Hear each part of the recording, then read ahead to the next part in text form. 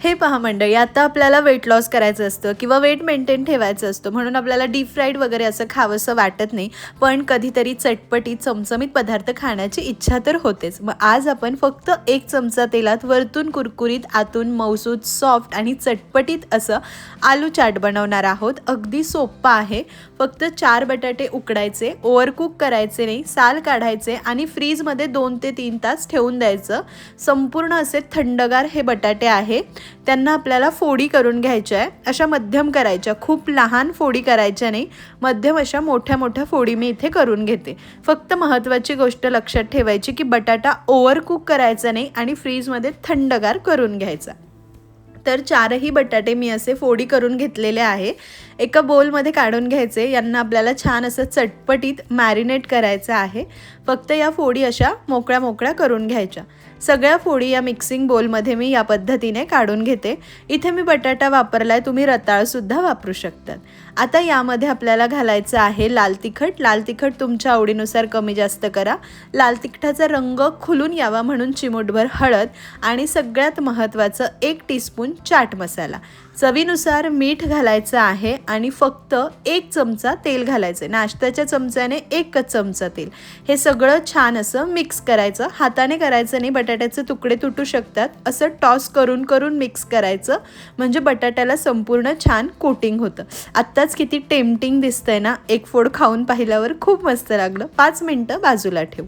आता हिरवी चटणी करण्यासाठी मिक्सर जारमध्ये 2 हिरव्या मिरच्या घेतलेल्या आहे, छोटासा आल्याचा तुकडा, अगदी थोडीशी पुदिन्याची पानं म्हणजे पाव वाटी पुदिना आणि 1 वाटी कोथिंबीर, त्यामध्ये चाट मसाला, चवीनुसार मीठ आणि लिंबाचा रस आवडीनुसार तुम्ही घालू शकतात। इथे मी अर्ध्याच लिंबाचा घातलाय कारण चाट मसाला सुद्धा आहे।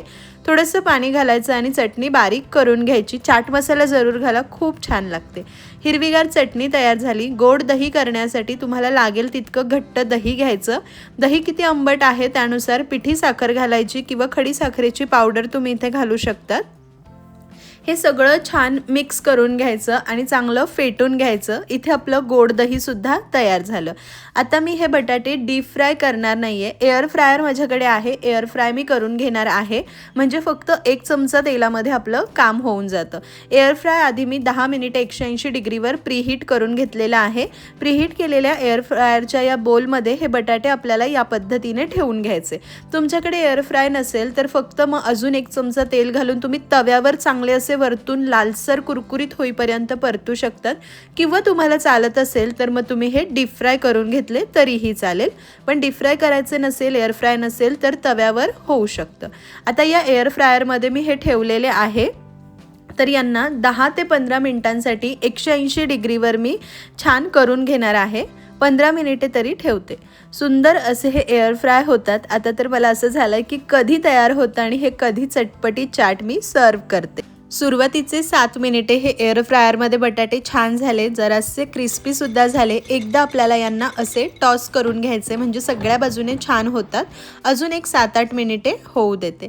तर हे बटाटे बरोबर 15 ते 17 मिनिटे मी छान एअर फ्राय करून घेतलेले आहे। वरतून मस्त करकरीत क्रिस्पी झाले, आतून मस्त सॉफ्ट राहतात। पटकन आलू चाट सर्व करूया। तर एकच प्लेट मी तयार करणार आहे, संपूर्ण हे प्लेटमध्ये काढून घेतले। तुमच्या आवडीनुसार यावर ही हिरवी चटणी घालायची। ही चटणी चाट मसाल्यामुळे खूप सुंदर लागते आणि तुम्ही हिला भजी वगैरे सोबत सुद्धा सर्व करू शकतात। हिरवी चटणी घातल्यानंतर इथे माझ्याकडे चिंचगूळ खजुराची गोड चटणी आधीच तयार केलेली आहे, ती घालते। तर मी जितकी चिंच होती तितकाच गूळ आणि तितकीच खजूर घेतली होती, गरम पाण्यात भिजवून मिक्सरला बारीक करून जिरेपूड आणि लाल तिखट घालून चटणी शिजवली होती। तर ही चिंचगूळ खजुराची चटणी घातली। त्यानंतर आपण तयार करून घेतलेलं गोड दही घालायचं। आता चाटमध्ये या चटण्यांचं प्रमाण तुम्ही तुमच्या आवडीनुसार कमी जास्त करू शकतात। छान असा वरतून भरपूर बारीक चिरलेला कांदा घालायचा, तुमच्याकडे असेल तर बीटाचे पातळ काप घालायचे आणि मस्त हवी तर शेव सुद्धा घालू शकतात। इथे मी आज शेव अवॉइड केलेले आहे। मस्त हे चटपटीत आंबट गोड तिखट वरतून कुरकुरीत असं आलू चाट खूप सुंदर लागतं। जरूर ट्राय करा रेसिपीला। Like share subscribe